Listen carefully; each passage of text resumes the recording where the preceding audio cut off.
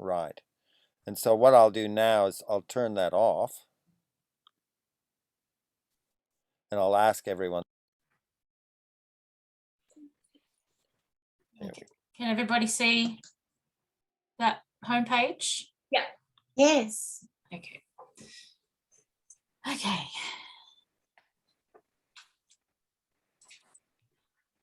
So, well, I guess first I should probably say why I've chosen this as my homepage. I just absolutely love this picture.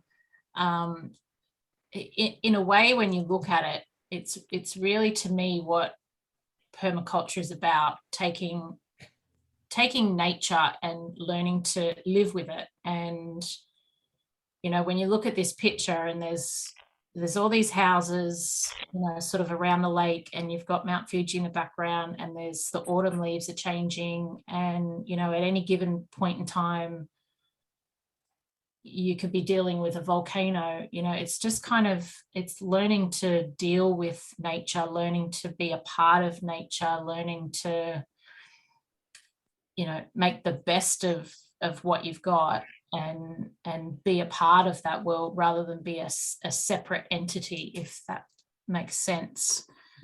So that's kind of why I chose that picture, and it's just a little bit pretty.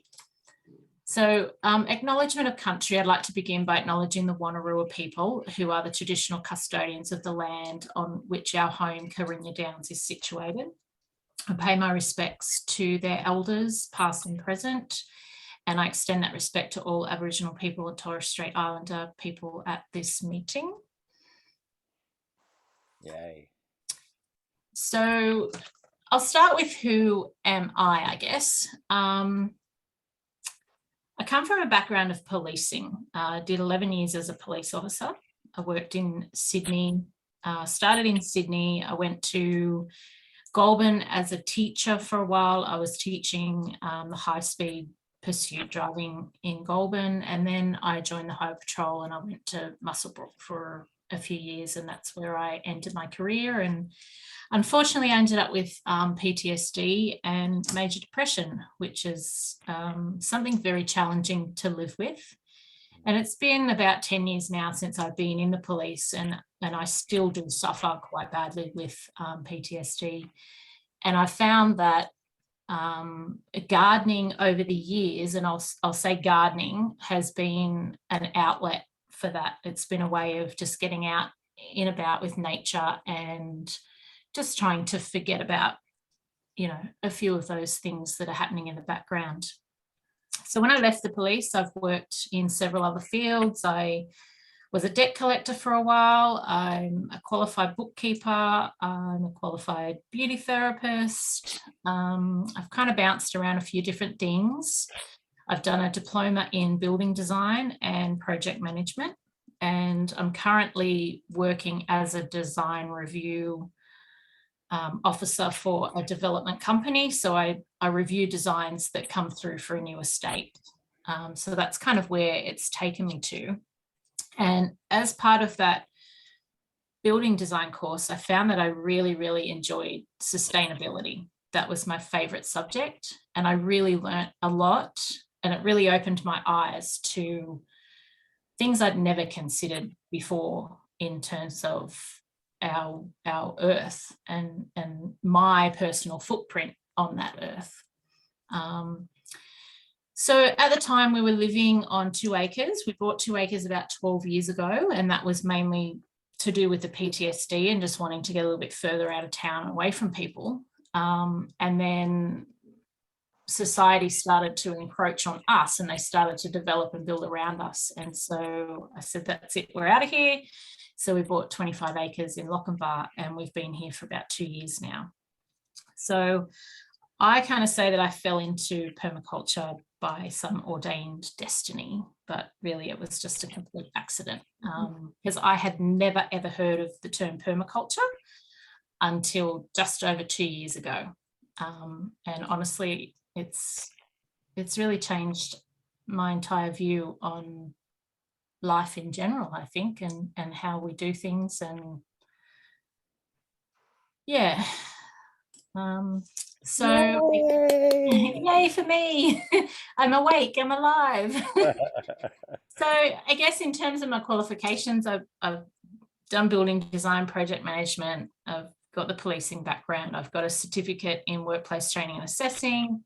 I've done my permaculture design course now. So I've actually finished the first part of that.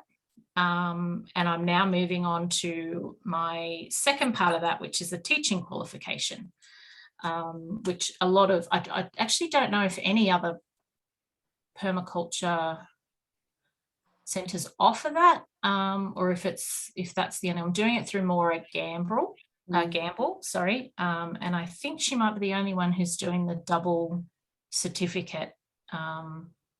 So I've just not long sort of started that, and I'll be a little while before that gets finished. So where did it all begin? Well, as I said, I hadn't heard of permaculture about 2 years ago. I knew nothing about permaculture. And I was looking online to buy some plants. And then as Google tracks everything you do, the next day I was looking on Facebook and an ad popped up for limestone permaculture. And I thought, oh, what's this permaculture stuff? You know, they had these plants and it looked really good. And some of the photos there you can see. So I Googled, we did a garden tour, and I was hooked. I saw what they were doing and I thought, wow, this is amazing. What they're achieving on 1 acre of land, I thought was phenomenal. Yeah, so I kind of took that and ran with it, and I pretty much became obsessed with plants and dirt, and I don't think I've worn much other than gardening gear in the last 2 years. So I've dragged the family around. We've done the purple pear farm tours. We've gone back to limestone umpteen times. You know, I've read every permaculture book I can get my hands on. I've watched so many YouTube videos. It's unbelievable. Sometimes at 2 and 3 o'clock in the morning when I can't sleep, I'm watching YouTube. So it's just kind of been this roller coaster of information overload, really. And there's some information there. It's quite a lot to read out. So I'll give you guys a minute just to read through that. That's pretty much where our farm is at the moment. So we have 25 acres. We've been here since June 2019. So we moved in just before the drought. When we moved in, we had 5 dams, on the property, and they all held a little bit of water each. There was very little fencing. We had one fence that divided 2 paddocks. So we had a paddock that was about 14 acres and the other paddock was about 11 acres. That was it. There was a little hut that had some timber, the house, the garages, couple of apple trees, a peachcock tree, and a mulberry tree. And that's pretty much been it. So over the time I've read about integrated land management, holistic management. We're utilizing strip grazing. There's a whole range of different tactics that we've been experimenting with, I guess you could say. I sort of read all these books and it sounds wonderful, but then how do you put it into practice? So we've really done quite a lot in that 2 years to sort of see what works and, what's going to work for us and what's going to work for the land. And obviously over that time, we've started producing a lot of food, and I'll talk a bit more about that later. So this is our property. This is our house. I don't know, can you guys see my pointer at all? Yes. Yep. Yes. Okay, Yes. Great. So this is the main house. This is the road in here, our main house and our garages. And this is the little hut that was here when we moved in. There was a little shelter here. It's just a roof and a couple of posts. And there was a little stable, and that was about it. So we've done quite a lot of work down here. This is when I talk about the riparian zone. This is what I'm talking about here. There's a seasonal gully that runs, when it's raining heavy, it floods. So there's quite a lot of water flow, and it's just at this junction here. This is actually a spring-fed dam from this point here on the neighbour's property, and there's sort of two water flows that come into that. And so when it's raining quite heavy, there's a lot of water flow through there. These top dams here, they really don't. They've got water in them in the photo because we recently had a lot of rain when this photo was taken. But this particular dam actually has a rock channel underneath it, so it doesn't hold water at all. And the bottom one doesn't really hold much either. And then we've got the railway line at the back here. So that's at the back there. It's the railway line. Cool. So when I started the PDC with Morag, one of the things that we do, which you've probably all done if you've done the PDC, is the wish list. And this was my wish list. I sat down, had a really good think about, what sort of things I wanted to include in the property and how that was all going to sort of interconnect and work together. It took me pretty much 9 months to complete the PDC at my own pace. It was all done online. So you could log into your modules. They give you a module every week, but you didn't have to do it every week. And so some weeks I'd sit down and I might do 3 or 4 modules in a row, and then I might do nothing for a month. But which was also good because it gave you the time to reflect on what you were learning and put things into practice on the farm. And it also gave me the time to change my mind, which I did quite frequently because I've done everything 2 or 3 times over, which is why I feel really exhausted. But the things that it did allow you to do is increase your thought process. And I started to design with multifunctionality rather than just having one purpose for something. I'm starting to think in terms of what else can that item provide me, or what can I do to provide it with something. So I'm starting to learn to connect all those elements together in the design process. And more than just sustainability, I kind of moved to thinking that we would create this sustainable space for ourselves. We would become self-sufficient, was where it kind of started. But now I'm more thinking in terms of regeneration. So what am I going to leave, for the next generation? And what are we doing to the property to make it better than it was when we started?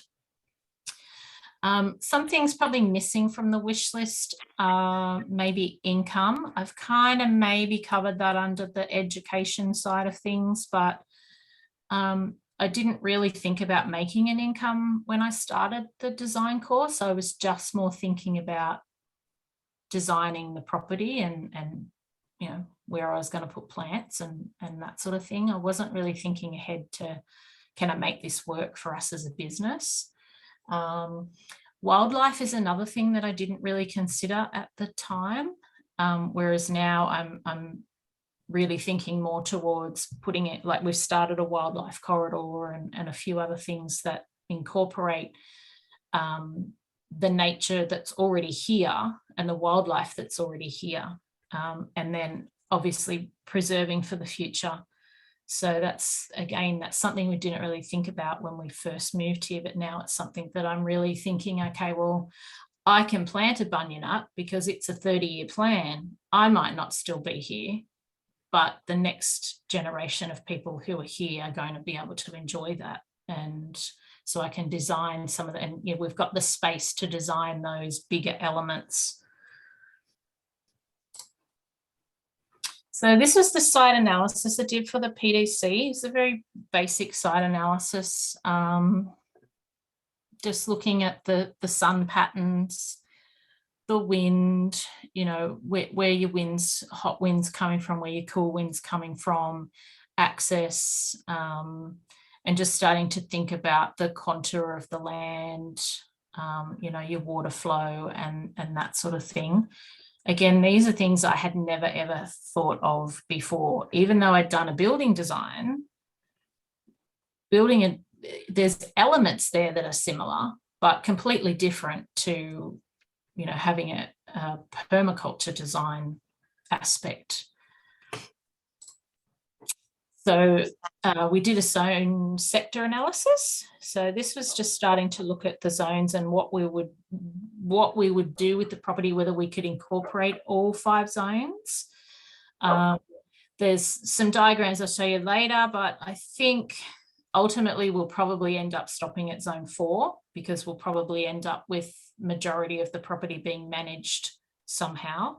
But for the moment, this section down here, we've done a lot of work here, and this is currently being treated as a zone 5. It's blocked off from all animals. There's no, apart from native wildlife, there's no access to this section. And currently there's a lot of gum trees that are regenerating themselves in this area because we've just left it be and we're allowing it to regenerate naturally. And then we've got our zone 1 and 2 up near the house, and this section here will be a zone 4 down here by the railway line. So just a quick look at the concept plan. So the main house here, we've got the zone 1 sort of kitchen garden out the front. This area here we've got as a zone 2 food forest. So these are actually keyhole garden beds, and this is on swales. So I'll show you some photos of the construction and that sort of thing. These are in existence at the moment. This whole area is almost complete. And some of them are, you know, some of them are getting to be quite large and actually producing fruit and nuts and whatnot in through this space. We've got our covered tank here at the back. So this is actually an old pool mold. We are very, very fortunate. It's a 63,000 litre tank, and that's what we use for watering the gardens out the front. Mind you, we very rarely use a lot of it, but during the drought, it was actually a godsend that we had that, because that got us through. We'd recently planted all new trees right before the drought hit, and then we had that to keep us going. So it meant that we actually didn't lose anything through the drought. It's really awesome. And then you can see up the back here, this section here already had a few apple and peachcock trees in this section. And then we've added the chook pen, and what's not on the diagram, we've now got some ducks out the back, and there's a free range area out here for the chickens, and there's a new market garden down the bottom, and there's a few other things that aren't on the picture. So this is probably where it all started water-wise. This is what we kind of had to deal with during 2019. So this picture was taken halfway through 2019. This picture here, you can see there's actually 2 dams, and this was the overflow. And I think in the 2015 flood is when this all got damaged. This has obviously burst at some point, and it was just not holding any water. This is the erosion damage that you can see in this middle photo. And this is where you can sort of see a little bit of it through there as well. But during the drought, this is what we had in the dam, which was nothing. So we had 0 water in any dam at all during that time. And then this is the one at the front, which again, not holding any water. So 5 dams and virtually nothing in any of them. So that sort of became a bit of a priority of, okay, well, we really need to think about capturing water, storing water on the property, how we're going to be able to utilise that water, how we're going to keep the animals away from it, because a lot of that erosion damage came from cattle overgrazing on the property and cattle being allowed to access those dams and that water, and continually over time it's just eroded. So this is just the start of the process there. We had the guys come in with their tractors and diggers and dig away. So they actually took the middle wall out of those two dams, and we've created one large dam. And I'll show you some more photos of that and what it's looking like now. But in terms of the water storage, we had zero, as I said, zero water in any dams. There was no irrigation capacity. We had up around the house, we had this 20,000 litre concrete tank. When we first moved in, I got really sick, and I was sick for quite a while. We decided to clean the water tank out because the water was tasting a little bit funky, and the sludge that came out of that water tank was unbelievable. I think they cleaned the roof on the house and let it all flow into the tank, and it all settled at the bottom, and it was just disgusting. So we cleaned it out, and in the process of doing that, somehow they managed to crack the tank. So when we filled it the next day with 20,000 litres of water and looked in the tank the following day, it was all gone. So that's been an expensive exercise. We've had to put a liner in that one. We've got a backup tank out the back there, which is another 13,000 litre tank. And then we've got a garden tank just here off the shed, which is about a 5,000 litre tank. And that's pretty much it, which might sound like a lot, but if you've ever lived on tank water in summer, you would know that's not a great deal. It's a good few months worth of water, but if you're not getting rain, and during the drought when you're not getting rain, it's not a lot of water, and so you find then you've got to buy in water, and from a permaculture perspective, I think that it's better to harvest what we can harvest when we can harvest it and store it and use it wisely than having to then rely on buying in water from town. So we've increased that capacity and added a few new tanks. We've made sure that everything on the property that has a roof has a tank so that it's collecting water.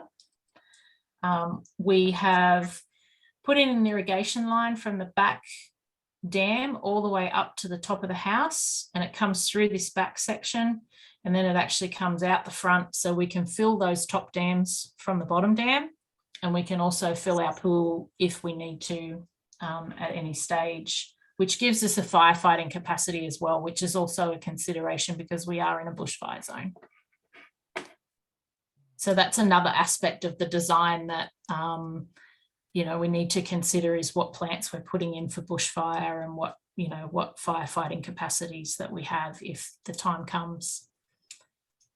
So these are just some photos of our newly constructed dam. We did have some issues with the construction. As you can see there is not a lot of freeboard on that dam. That's at full capacity. And you can see here with the wind, we had some really windy days lapping up over the dam wall, and there's a fair bit of erosion there. So we had a few issues with the dam construction company, and they didn't want to come back and fix it. So we ended up with another fella who come out to fix it for us. He lowered the overflow, and these are the results. So we've put in some mat rushes and things in the overflow just to help with erosion, and it's starting to actually look really good down there. This is my lovely daughter here in the middle, very, very reluctantly helping to dig holes and plant things. Mind you, she's now trained to pick mulberries, so I shouldn't complain. So this one's just the filling of our new dam, and you can see here this section of dirt. So this is actually what we took out of between the two dams, and we've put it up the top near the railway line, and we're creating a bit of a wildlife corridor up through there. So we've got lots and lots of plantings. There's, I don't know, I've lost count, but there's probably 60 odd trees at least that we've planted up there, plus, you know, shrubs and grevilleas and all sorts of different things. So it's a twofold process. One is that we're hoping it will block the railway in time to come, but it will also give a section of land back to nature. We've got lots of birds and there's kangaroos and there's you know, there's all sorts of wildlife that utilize the property from time to time. So it will be a nice little strip for them. Doesn't look like much at the moment, but things are starting to grow there now. And so this is the section that I'm talking about through here. This is our dam. We've got some fish in our dam. We put some prawns in. We've put some mussels in there. So a bit of an aquaculture thing happening in that dam now, in the big one. And this is the mound. So this is the plan for it. This is what we're hoping will eventuate. We're going to use this area to grow some trees that we can possibly harvest for firewood down the track. There's macadamias up there, there's black apples, there's all sorts of other native plants that we can use for food foraging. Lots of plants that we'll be able to use for fodder for the animals, and there's saltbush and there's all sorts of things up there. And anything that anybody gives us at any time, we have lots of friends that say, oh, do you want some plants? You want this? Yep, we'll chuck it up at the railway line. And so there's lots and lots of things starting to grow up in there.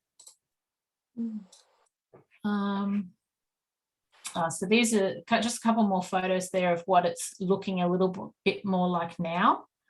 You can see the settling ponds. So this is the gully. This is the section that before was completely eroded. And by keeping our animals off it and allowing it to regenerate, it's really starting to look good. There's lots of wildlife. There's lots of frogs and things that are starting to move into that area. The swans and the ducks, and yeah, it's really starting to look quite nice. You can see in this picture there's a little melaleuca. So we've dotted right around the dam, we've dotted a lot of different native plants, and they're all starting to, they're probably about 1.5 meters high, I suppose, starting to get a little bit of height about them. So this one's sort of showing just the edge effect, how we've tried to create, you know, that where the dam's meeting the wall, where the dam's meeting the edges, trying to really encourage that growth in that area, stabilizing the edges and the banks. And we've included a few sort of fast growing, they're not natives, there's a few ganzanias and some daisies and things like that. They're not natives, but they are fast growing, so they're helping to stabilize that area and create something interesting to look at. So it's really starting to create a little ecosystem of its own down there now. So during the construction phase, I've probably said some of this, we had some firefighting equipment put in, we put the irrigation up to the main house. We've put in several other water tanks, so that we've got a capacity. I wouldn't say that we're drought proof, but I would say that we're getting very close to that stage. We've got 2 other dams that we need to do some work on to get them to hold some water. And certainly the stage that our gardens are getting to at the moment, which I'll show you shortly, they're requiring less and less water as they progress through. So I think in terms of water, I feel pretty confident that if we went through another 2019, we wouldn't have any problems. What do you do to make a dam hold water? So the surface of the dam is a clay-based soil, and it needs to be a certain type of clay. I'm certainly no expert on it, but it obviously when it needs to be sort of compacted, it's got to sort of form that film so that the water's not soaking through it. The problem we've got with the top dam is that just underneath, and I'm talking, I don't know, 2 or 3 centimeters underneath the surface, there's a rock ledge. So it won't, it'll seep through that first few centimeters of water, and then where it would normally be hard compacted soil underneath, it's just hitting the rock and just going straight through. So it's just like a cavity in there that it's just. So the only thing that we can do with that, we can't dig any deeper because the rock's there, but we're looking at potentially lining that one and making it a nature pond, and putting like a filter. So it won't be, it won't be self-sufficient in that regard. So it won't be able to look after itself. It'll need some assistance. But there's a bigger picture with that. I'm sort of looking at a nature walk and some native plants, and I'll probably talk about that a bit more later on. Did that answer your question? Yeah. Okay. So up to the gardens, I guess.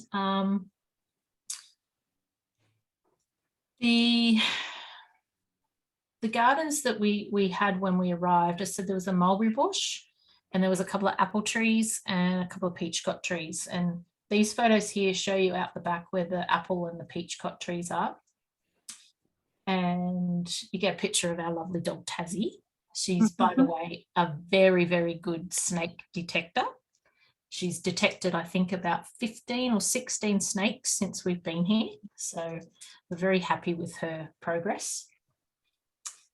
And so this garden through here, the one on the left, this was the veggie garden of the previous owners. And you can see the photo on the right is about 10 centimeters under the soil, asbestos. So they filled their garden bed with asbestos and then filled it with soil and then grew their veggies. So we hoiked it all out, wrapped it all up, took it to the tip, and then I just said, I just don't feel comfortable even growing anything in that space. So we've actually just turned it into a pathway.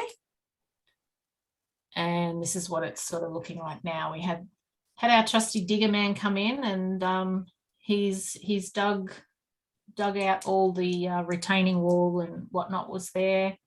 So in the place we've put a pathway, and then we've started to create some garden beds around that. This one here down on the bottom left, this is part of our chook pen.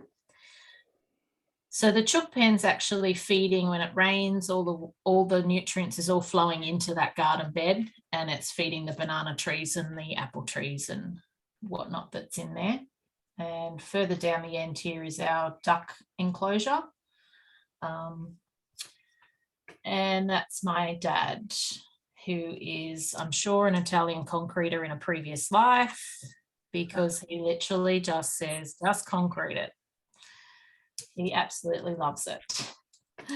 But he's a big help. He is my Monday farm hand, comes every Monday and helps me on the farm and helps me build. So my husband works full-time in Newcastle, so he helps on the weekends and is available for that. But Dad's really been a godsend in helping achieve everything that we've done in the last 2 years.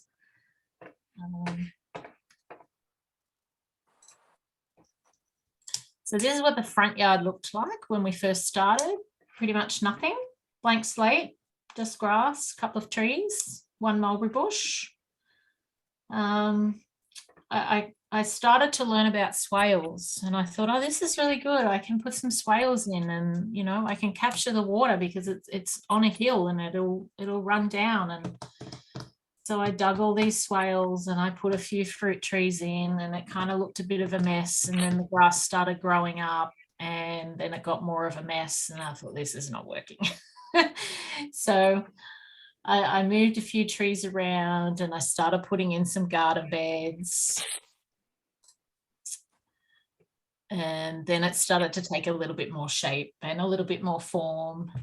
And things started to grow a little bit better. I started to learn about guilds and, you know, companion planting and understanding a little bit more about soil structure. And, you know, the more I learned, the more things started to flourish.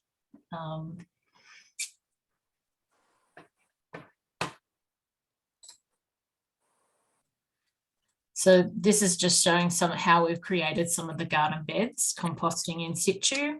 Obviously with the cows and the horse, we've got, you know, an endless supply of compost manure for the compost. We put in some paper, and then I learnt that if I shredded the paper, that would actually compost down even quicker. And yeah, so it's all really been a very steep learning curve. And to most of you, it probably seems as though it's very simple and very common sense. But to someone who's never really had to think about it in depth, it's been a very, very interesting journey to learn how to actually make compost and to go through that process of, you know, creating a pile and what works and what doesn't work. And you can read all the books in the world and watch all the YouTube videos, but until you actually go through that process of doing those things, it then really starts to make sense. So this is kind of just some more of the front yard, creating some garden beds. You know, it's been really literally just one garden bed at a time, slow and small solutions. And then I started to think a bit more about the swale situation. So I got John back in with his little digger machine, and he dug some swales for me.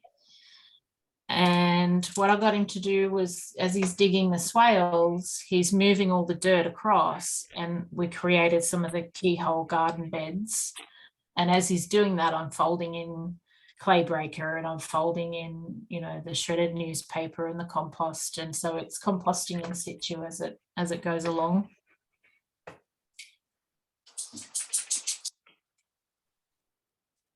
And then some of these just sort of the before and afters of creating the pathways. So the pathways in the front garden are a pathway which are doubling as a swale. So they're on the lower part of the garden. So as the water comes down, it'll sit in here and sit in the bottom. And will soak. It needs to get quite full before it'll actually raise up and run out the gate. So, and then when it does run out the gate, we've then got a diversion drain, so it'll go across and into one of the dams. So it's all the process of thinking about what happens next.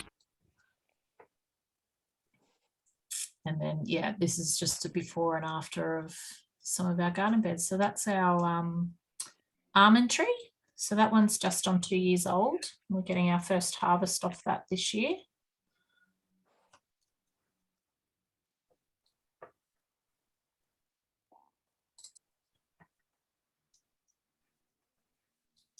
And we've got, so this was a little project we did to repair the retaining wall.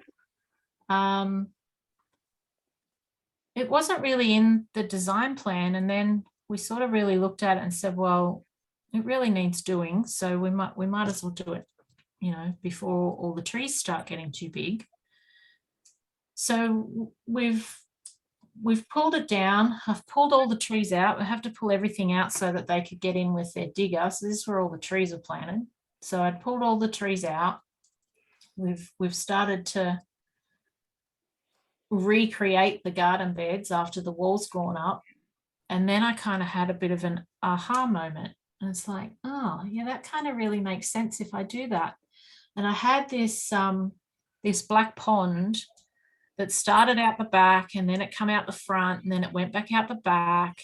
And I couldn't figure out what I was going to do with it. It was like this water tank that was half chopped off, but it kind of had a bit of a crack in it, so it really wasn't holding water. And I thought to myself, well, the water's coming down into the tank, we collect it to drink it, then when it overflows, it goes into the pool.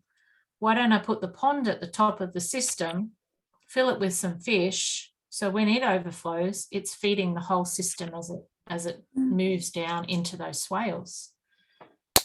So it was sort of just this culmination of, this is the point where my permaculture thinking started to come into play with some of the design elements. So that's what we did. So we've created a little pond. It's not a huge pond. It probably holds about 1,500 litres of water. We popped a few plants in there. It's now got a few native plants. It looks a bit more established at the moment. But it works really well. And so then, you know, when you get heavy rainfalls and the pool fills up, it overflows, and so you're getting those nutrients flowing down through the system, so you're not having to fertilize everything as often. So this is pretty much from what it was in the beginning to sort of what it's starting to look like now.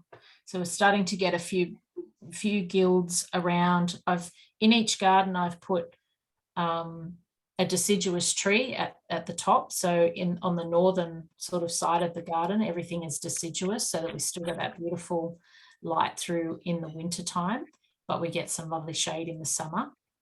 And then in those garden beds, I've then started to mix some perennials, some herbs, and then some annuals. So it's not just a garden bed full of annuals, they're just intermixed. And I'm really seeing the benefit with the beneficials, lots of ladybugs and that sort of thing coming into the garden, and I'm not seeing a great deal of pest, which is surprising to me. You read about it in the books, but then to actually see it happening is a great thing. And I had to put this one in because I'm a bit excited about this one. This is the ice cream bean tree, and it came to me, I bought it from Daly's in Queensland. It came to me in the week of the Christmas week of 2019, and it was really hot and really windy, and the post office mucked up the order. So I actually went to our old neighbour, not our old house, but the neighbour next to our old house. How that happened, I don't know. But anyway, they sat on it for a couple of days. They tried ringing me, didn't answer. Anyway, eventually they dropped it off. So we got it about 5 days late. So it hadn't been watered. It was hot, absolutely hot and windy. And the poor thing was just about dead. And I thought, oh, I'll put it in anyway. We'll see what happens. And nothing much happened for a while. And I watered. And then it just kind of sprung to life, and now we're getting our first ice cream beans off it this year. So I just thought I'd throw that in because it's a little success story that I really honestly thought it was just going to die. They're very tough. They seem to be. Yeah, I'm really impressed with it. Wheat. So we do like to experiment with things. This is a wheat crop that I grew last year. It's in the front garden, which this section doesn't exist anymore. I've planted it out with other things now, but I thought I'd give it a go. So I did till, but after I till, I grew some buckwheat as a quick cover crop, and I tilled all of that in, and then I grew the wheat, and it was actually quite successful. What was interesting was how quickly the buckwheat improved the soil.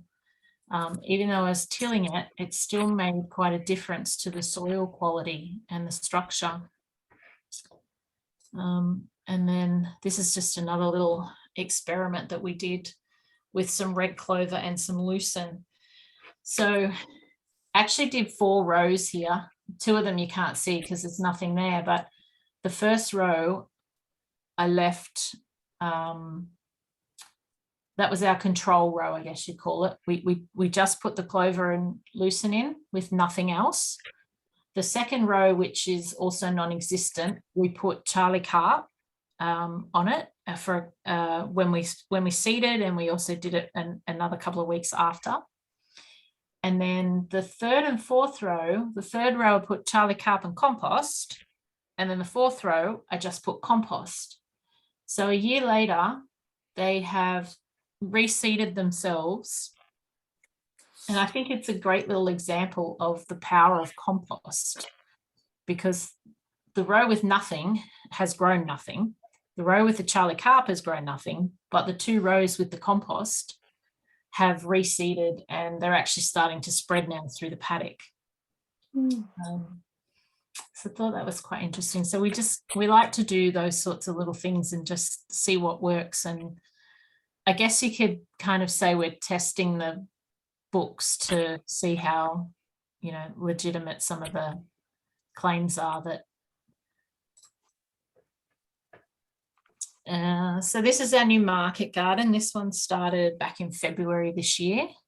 Again, we did till, and in the process of that, we have thrown in some amendments just because it is heavy. It was heavy and very compacted clay soil from having horses on it over the years.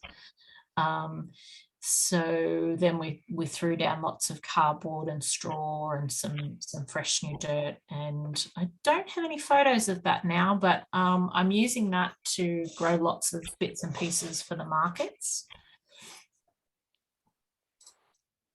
And it's nice and close to, I'll just go back, it's nice and close actually to our duck area is just up here to the right is our ducks and our chickens. So it's nice and close just to be able to grab things out, throw them over the fence to those guys. So we also have bees on the property. I became a beekeeper, and this is our first honey flow, which is very exciting. And yeah, it's lovely to see the pollination of the bees. You know, you can see them in the trees, the gum trees out there, and you know, you can see that you can watch them move from tree to tree to tree, which is just beautiful. So we're up to 7 hives now, and I'd say we'll probably be up to maybe 8 or 9 by the end of summer.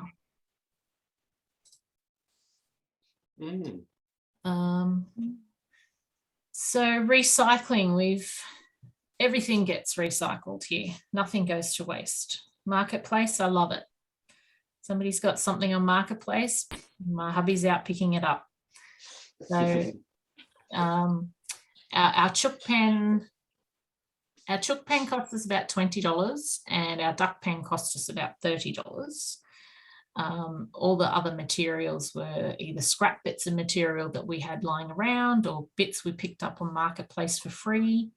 We've got some wire there that we're going to hopefully build a pig pen at some stage. But yeah, the construction, as much as possible, we try and, you know, recycle and not waste anything.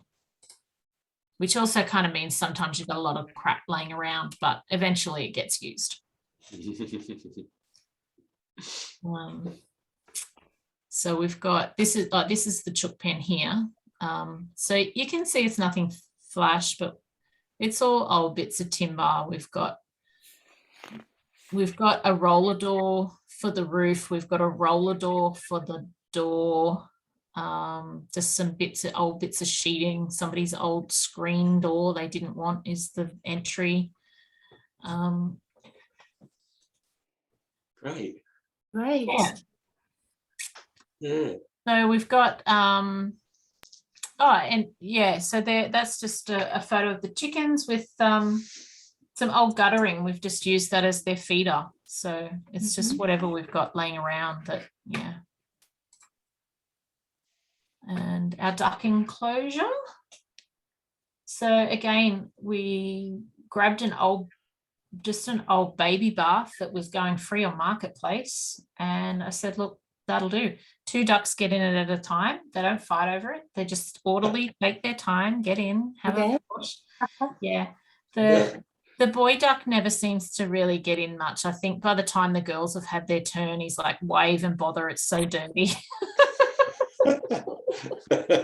But we do intend to give them something bigger down the track, but it was a good little starter, just you know, when you got so many projects on and you just don't have the time to do something permanent.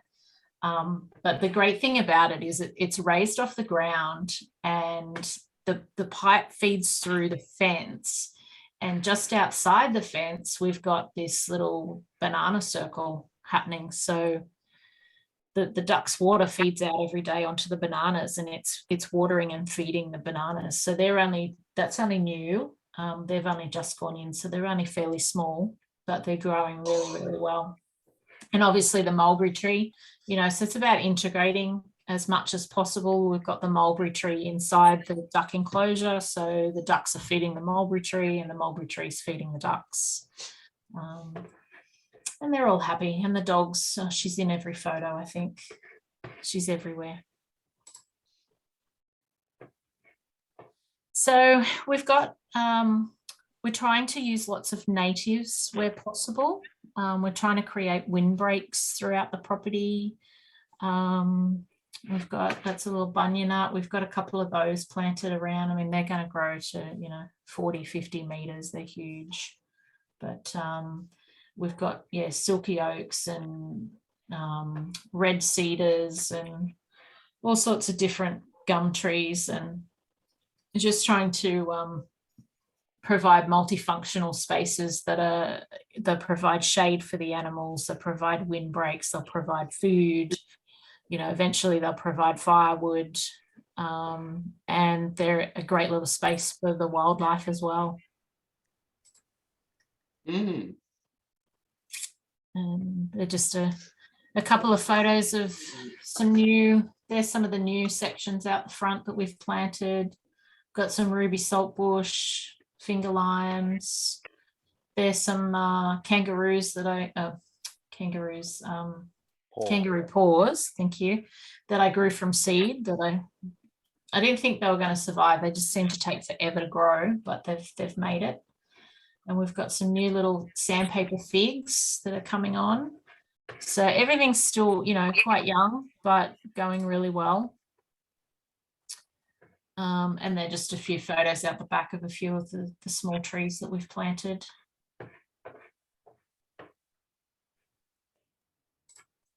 When do you sleep, Crissy? I don't. Amazing what you've achieved.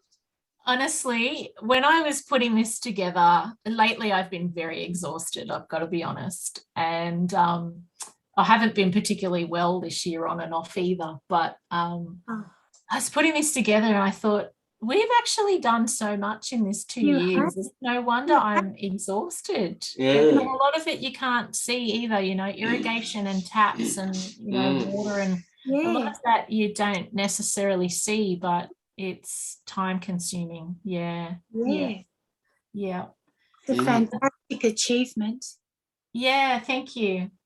So these guys here, these are our little Dexter cows. We got Wonderful. They're very cute. We've named them Daisy and Thelma. And Thelma, it suits her too. She's complete nutter. Whereas Daisy's she's a little bit quieter and she's quite sweet. So quite funny. And then, yeah, Hopscotch, the horse. You can't see in the photo, but he's actually one-eyed. He's missing the other eye. So we fell in love with him and we bought him that way. But yeah, he's quite cute. And then I'll go back to that for a second. So the reason we chose the Dexters was because they are a smaller cow. So they're not as heavy-footed on the landscape than what a normal cow is. So the neighbours have got some beef cattle, and when you compare the size of the two, ours are fully grown. They're 2 years old, and one of them's actually in calf, whereas the neighbours, they're only about 18 months, and really they're probably twice the size of what our girls are. So when you compare the meat structure, comparable, the Dexters, you still get a fair amount of meat out of them as what you do out of the normal cow, as a percentage of their body weight. But they just don't have the same impact on the landscape. So that's why we chose to have them. It wasn't so much about, you know, the money side of the meat industry or the meat itself. We kind of took them on with the thought that we would breed them and maybe eventually raise our own beef. And that way we knew, you know, we know exactly what we're eating and where it's come from, what it's been fed. Now they've got names.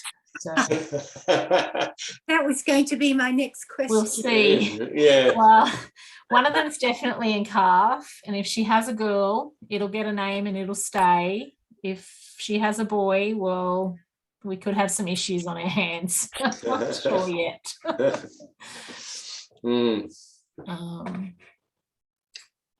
Yeah. Oh, and I just included this one. This is our front letterbox. This is really, I think, indicative of, so it's a bit of a running joke for us, because when we bought the property, we looked through and we went, there's nothing to do, you know, it's just move in, the house is done, the kitchen was fine, the bathroom's fine, you know, we don't even need to paint, it had been painted, you know, there's nothing to do. Like that was the whole, you know, premise of buying this house. And honestly, we have not stopped since we moved in. But just having a look at the old letterbox and how rusted and worn down it was, and we have found problem after problem with the house since, you know, we've done a few renovations. And I mean, like all houses, when you renovate, there's always something that comes up. But yeah, it's been an indicator of some of the bigger problems that we've had to sort of overcome, which permaculture and the theories behind it have definitely helped. So we're definitely obtaining a yield. So these are some of the photos of some of the things that I've collected recently. Wow. Wonderful. Yeah. Oh, congratulations. Thank you. Yeah. You look at those fruit and Mm. veggies. Oh, I'm jealous. Homemade mulberry pie. Oh. Raspberry ice cream. Very nice. We've got some pasta sauce I made there. So in a first year of preserving, I'd never preserved pasta sauce before in my life. And we've managed to get about 7 months out of and we eat pasta quite a lot. So it shows, you know, how much we're able to preserve in that first year. I'm expecting hopefully that over this summer, I will preserve enough that it will give us 12 months of pasta sauces and chutneys and whatever else, you know, to get through the next 12 months.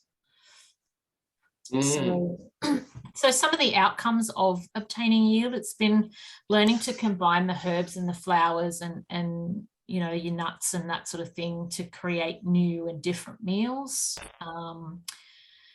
and learning to use what's in season rather than just relying on, you know, what you can buy at Coles and Woolies, which you can get virtually everything all year round, and sort of developing that conscious awareness, which probably really is quite timely because it links in with, you know, what Slow Food have been doing this week with their campaign of your awareness of food miles, you know, and looking at, you know, your organic versus your chemical food and where is your food coming from, and having that diversity within the food industry rather than just relying on, you know, one or two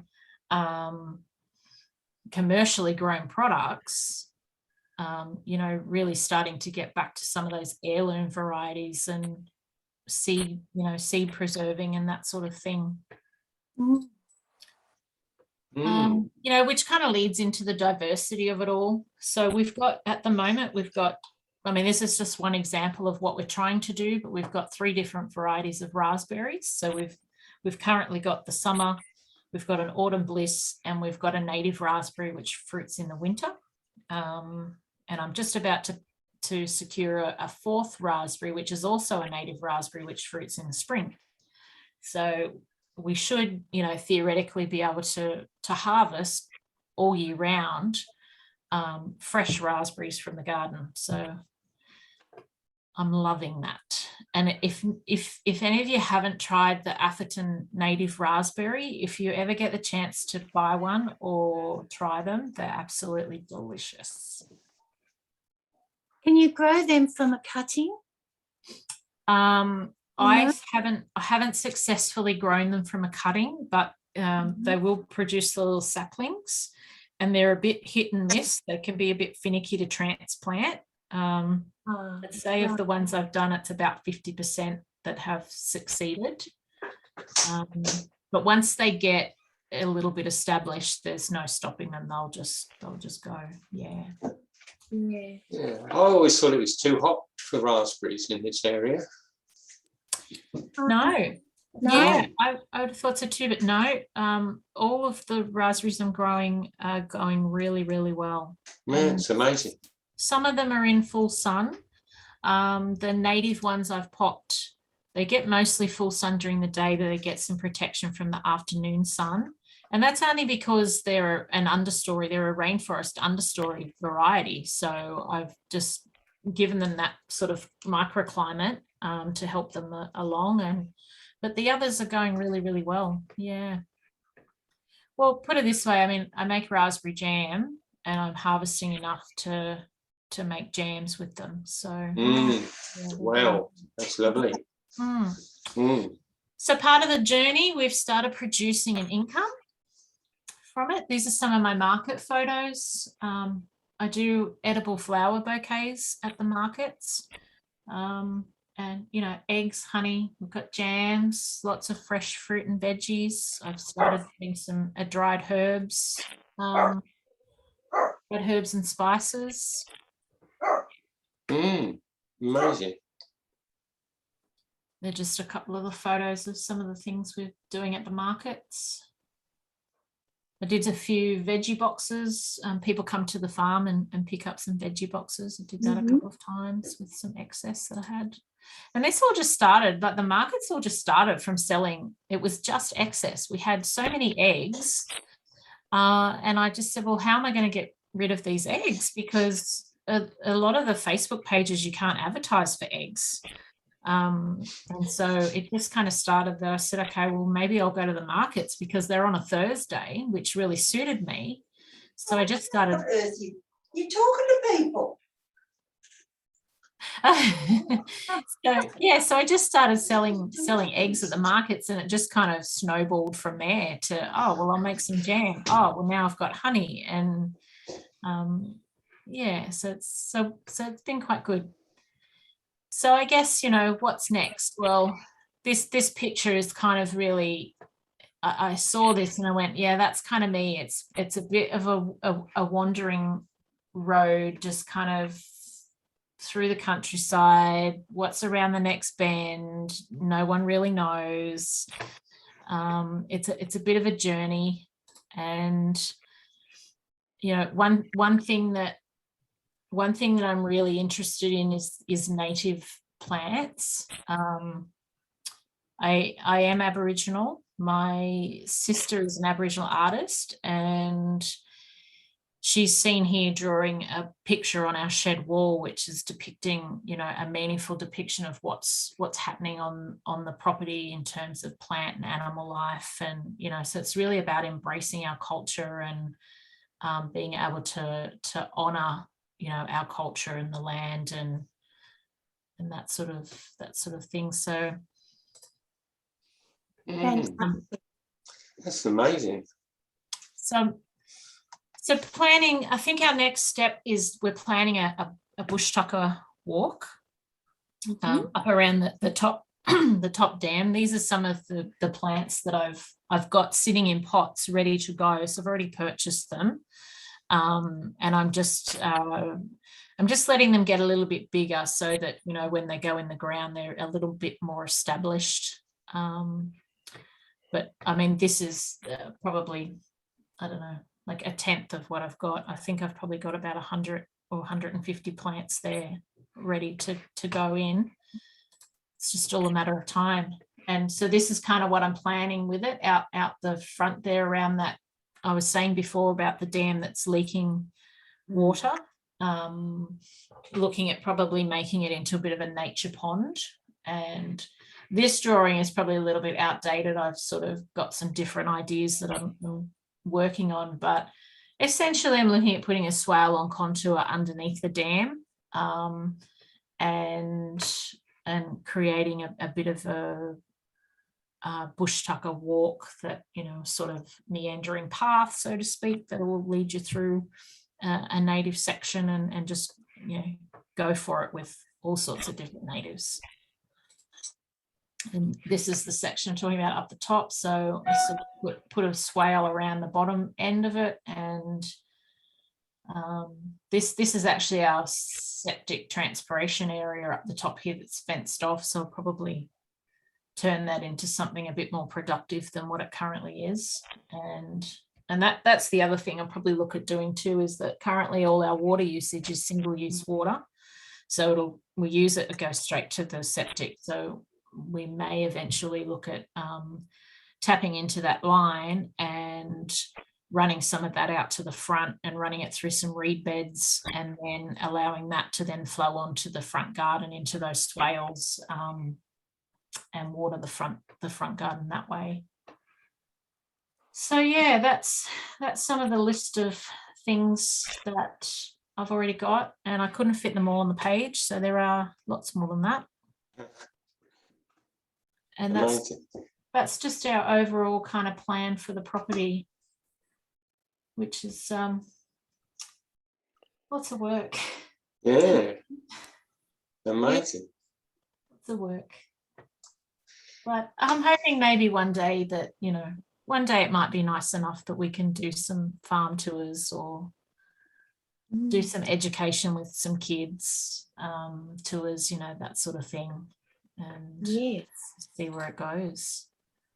And I think this is the one and only photo of me in the garden. So I'm not very photogenic. Yeah, it looks great. That's about it. That's Wow. Wonderful. That's my Yeah. view. That's my view from the that's my view from the lounge room window and sunrise. Wow. Yeah, lovely. Beautiful.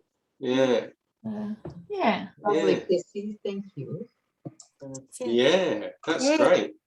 So inspiring. Thanks. Yeah, it's been a lot of hard work. I mean, as you all know, you've all got your own gardens and projects you're working on, and yeah, I mean, it's I think sometimes probably the photos don't necessarily show the full extent of how much work we have done, but It's hard to capture on yeah, things on photos. Yeah. yeah. Now, your bunya tree, Yep. are they sort of protected or? So I've got a couple of them that are planted down the back, and they're in a section where they're in that section that we haven't let the animals into, and the grasses have kind of grown up and over them a little bit. So they're offering some protection. Yeah. But they're getting to the point now where they're just tall enough, they're kind of around the same height as the grass. Mm-hmm. And then I've got another one that's up towards the house a little bit more, and it has no protection. It's yeah, so, and they're going fine. And the nuts are huge, aren't they? Yeah. The nuts are massive. So I have planted them, you know, in spaces where they're not going to create any. Yeah, not around the car park. No. Yeah. Yeah, that's tremendous. Yeah. Wow, thank you. Yeah, I really enjoyed that. Much. Yeah. Yay, Crissy. Mm. Yay. Yay! That was amazing. Well done. Yeah, that was great. Thanks. Yeah. Nice to share it with you all. Oh, yeah, good to see you. Thank you. Yeah, well, we'll we'll finish now, but geez, that was great, Crissy. Thank you so much. It's such a challenge when you've got so much space, isn't it? Yeah. It's Yeah. how many acres did you say you've got there? We've got 25. Wow. Yeah. And I have found that in a way I found it difficult because I want to fill it all, you know. Yeah.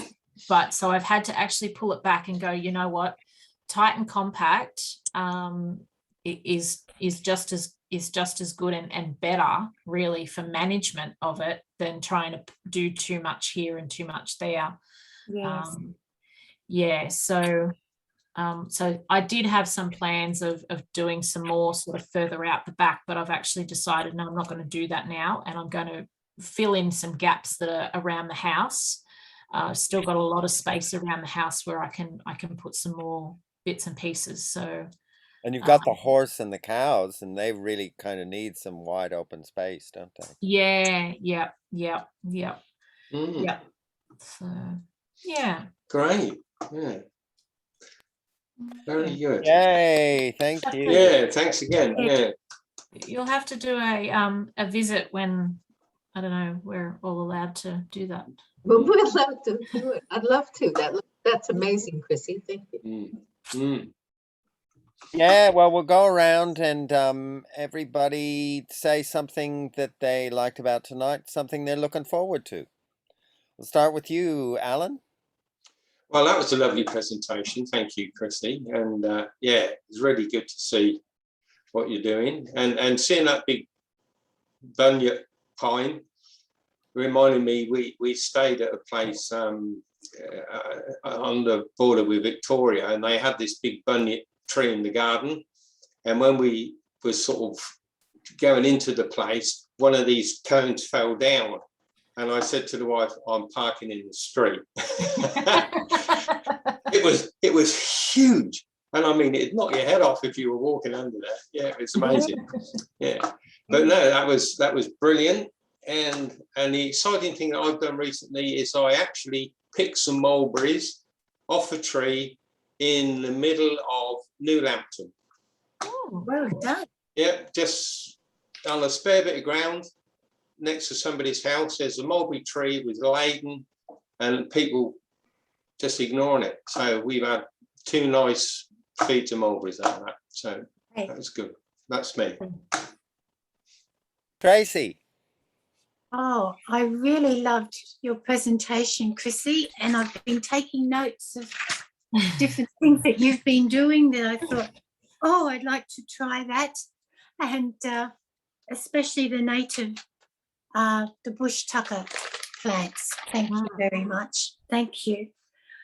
And I was thinking, here am I moaning about my block, and you've done all this on such a grand scale. It's wonderful. But so your talk and Reese's reminding me that it was an opportunity I was facing rather than thinking, oh dear, what am I going to do now? They're the highlights of my night. Thank you both very, very much. Thanks, Tracy. Thank you, everyone. Katie. Yeah, look, absolutely amazing. One of those things I just go, my God, where do you find the energy? I wish I had that level of energy. Maybe I'll get it back. I probably got burnt out and recovering, and will hopefully get some of that energy back. But yeah, I guess it also just got me thinking, you know, you're talking about kind of changing your mind and changing plans over time. And maybe I think that's what I need to do at the moment too. You know, it's like you kind of head off in a direction and there's nothing wrong with going, that's not working for me anymore, I need to change something. So that was good to just have that reminder that you can decide something's not working and change it. So maybe I'll be doing that. Thank you. Yeah, oh, you're welcome. And I change my mind all the time. Just ask my husband. It's a woman's prerogative, I say. Robert. Thank you, Crissy. Can you hear me? Yes. Yes. Thank you so much. That was absolutely inspiring, and I can't believe that how much you've done in 2 years. Yeah. absolutely amazing. I've always quoted to myself, Bill Mollison, start at the back doorstep. Even though you've got 25 acres or something, start at the back doorstep and then you can focus and then you move out.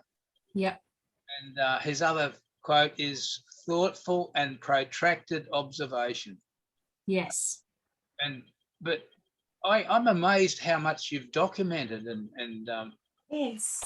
how much you've actually planned. I mean, I've done a permaculture course 30 years ago, but what you've done is absolutely inspiring.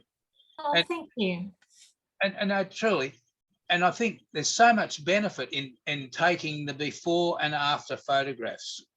Mm, And definitely. I think we'd love to see your property before you do too much more. It'd be nice. Truly, it'd be nice to see it now and then see it in X years' time, whatever. Yeah. Yeah, you're right, because once everything starts to grow and it's going to look completely different, and yeah. That's when you really start learning. You can see Yeah. what has worked and what has worked. Yeah. Oh, I'm blown out. Thank you so much. You're welcome. Thanks. Lisa. I'm going to have to say goodbye, people. So, yeah, Bye-bye. thanks for your company and thanks for the presentation. It was brilliant. Thanks. You're welcome. See you later. Bye, Alan. Bye-bye. Hey, Lisa, tell us how you are.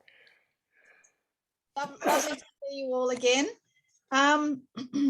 Well, I was really inspired in many respects, Crissy. I'm also studying a design certificate, and I watch so many of Morag's videos and listen to her podcast. So it's really interesting to see the results of her teaching. You know, your illustrations are fantastic, and your there's just so much detail in terms of the planning that's gone into your work. So it's very, very inspiring, and I'm also inspired in that you're still dealing with trauma, and I'm assuming, correct me if I'm wrong, but I'm assuming that this design project has been really therapeutic for you. Would you agree? Oh, definitely. 100%. Yep. Yeah. Physically and mentally. Yep. Yeah. I'm really happy for you. Thank you. Because I'm dealing with trauma, and so it's just really, I find I always feel better when I'm out in the garden. So I was just wondering, for you on that big scale, how, whether it's been really beneficial for your mental health as well. Yeah, definitely. And you do notice the days, the few days where it's raining, or and you can't get out to do as much. There's lots of indoor things that you can do as well, but just being out in nature just has such a positive impact on your state of mind. Yes, I agree. Well, I confer with Robert. I think it'd be lovely if we could pop out and have a look at your property. It'd be very inspiring. Definitely. Thank you. Thank you. Thanks, Lisa. Ali. I just wanted to say thank you, Crissy, for having the courage to be vulnerable and talk about some things that you struggled with. I think we don't talk about mental health enough. So thank you for sharing your journey, and as well as all the amazing things that you've done. So for us, I guess, what were we looking forward to?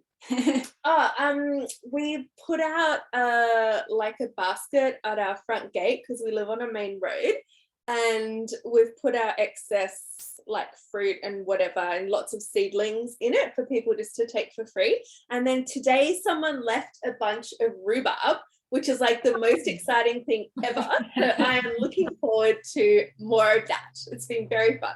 yeah, it's been great seeing the community kind of like, start to contribute, and like, it's been really nice. And most of the seedlings that we put in it go like the same day. So we've got to plant a lot more seeds. Yay. Good on you. And Rita. rhubarb and mulberry pie is really nice if you can find a mulberry tree to get some mulberries from. We actually have 3 mulberry trees. Well, there you go. It's really delicious. Risa. That's amazing. I may in fact recommence my renovation next week, so that's very exciting. I've been living in a construction zone since August the 5th, and my team will come back, I think, next week. Oh, wonderful. That will be nice. Yes. And let's see, I just loved it. Thank you, Crissy. And it's lovely to have you in our group. It's fantastic. We've got a lovely got a lovely group here, a little community that we share ideas with and things like that. We definitely do need to come out to your place so we get to see it. Definitely. And I'm looking forward to tomorrow. We're having a big Extinction Rebellion event where I got my my prams with my little ghost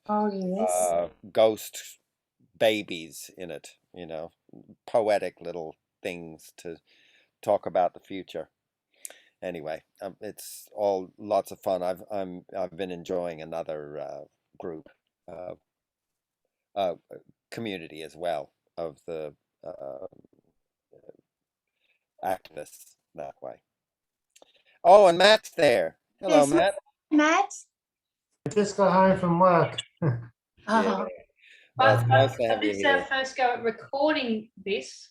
Is it? And somebody this week, I think that's me, is going to have to work out how to create a YouTube channel so that we can then share the recording, so then you can watch the presentation.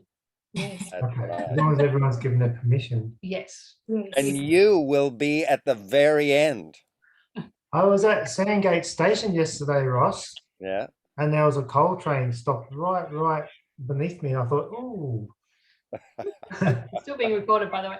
okay. Didn't somebody well- do something this week? Yeah, Ross would know all about it because it was Yeah. Extinction Rebellion. Yeah. Somebody got arrested. Mm. Yes. Anyway, all is good. So I'll see you, everybody. Hey, And thank we'll you. see you next you, next week. Wonderful, Gracie. Bye, everyone. Bye, everyone. Thank you. Bye-bye.